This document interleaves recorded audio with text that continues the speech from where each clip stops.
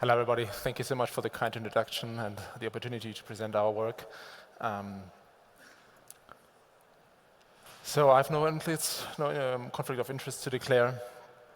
So ACDFs, as we know, are frequently performed. We see a push towards outpatient surgery settings, and we see that the approach itself, the procedure, has a relatively low complication rate compared to other approaches in our settings.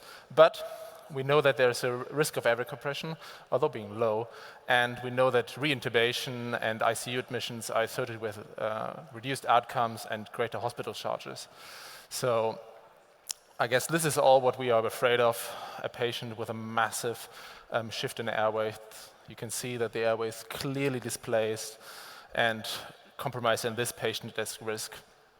So the way we assessed this problem was a two-way approach. The first one was we did a literature review. We identified potential risk factors for postoperative airway compression, defined as a surgical source. So all of these causes, medical, like fluid overload or pneumonia, were excluded. And the second approach was we then screened our own patients for a postoperative airway compression and matched these to a randomized control group to come up with a scoring system.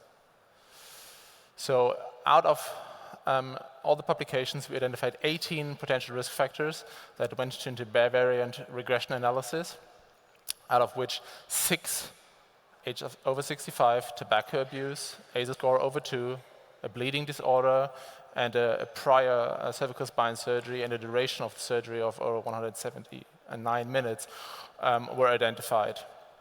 Using our own patients, we had 10 out of 1,466 with a postoperative airway compression.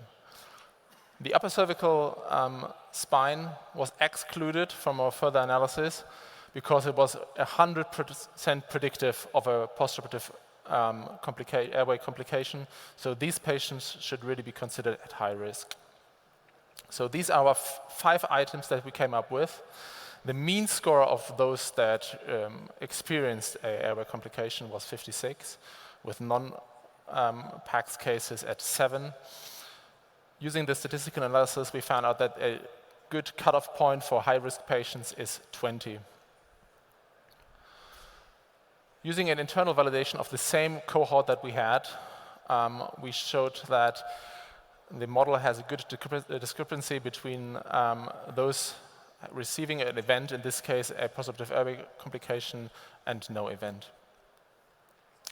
What are the limitations of this? So this is clearly a first attempt of the risk prediction model.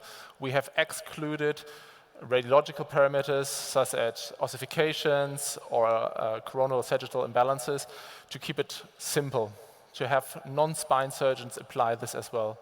The literature is very limited, and we are talking about something that has a low incidence but can be dramatic in courses.